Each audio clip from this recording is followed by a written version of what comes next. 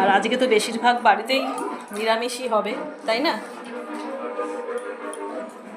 পৌষ সংক্রান্তি বলে কথা, পিঠে পায়েস সব কিছুই সবার বাড়িতে হবে।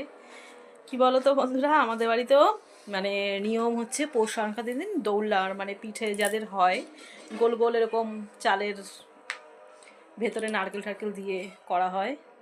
তো এখন না সত্যি আর কিচ্ছু করতে আর ভালো লাগে না, সে এইটুকু মানে এইটুকু, এটা তো নিয়ম, এইটুকু করতে আর ইচ্ছা করে না।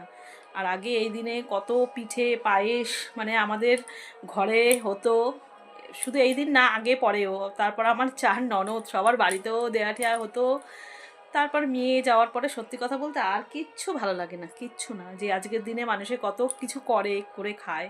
এবার কি বলো তো, আমাদের আর ঘরে এইসব এবার যেটুকু মানে নিয়ম সেটুকুই করতে মন চায় না। এবার দোকানে তো এখন সবই কিনতে পাওয়া যায়, তো হাজব্যান্ড নিয়ে আসে পাটিসাপটা পিঠাও ঠাকুরকে দিয়েছে, সেটা আমরা খেয়েছি প্রসাদ।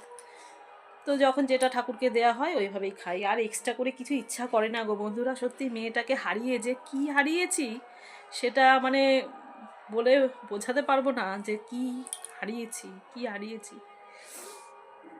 মানে যতদিন বাঁচবো ততদিন এভাবেই বাঁচতে হবে। মেয়ের স্মৃতি, মেয়ের সব কিছু সারা মানে জীবন এইভাবেই আমাকে বাঁচতে হবে। মেয়ের এই কথা মনে করবো আর এরকম করে কাঁদবো। মানে এমন একটা দিন যায় না মেয়ে যাওয়ার পরে যে আমার চোখ দিয়ে জল আসেনি, এমন একটা দিন নেই। কিন্তু কীভাবে যে বেঁচে আছি না সেটা নিজেই জানি। কিচ্ছু ভালো লাগে না, জানো তো, কিচ্ছু ভালো লাগে না। চলো দেখি, হাজব্যান্ডকে খেতে দিয়ে এসছি ওখানে আবার।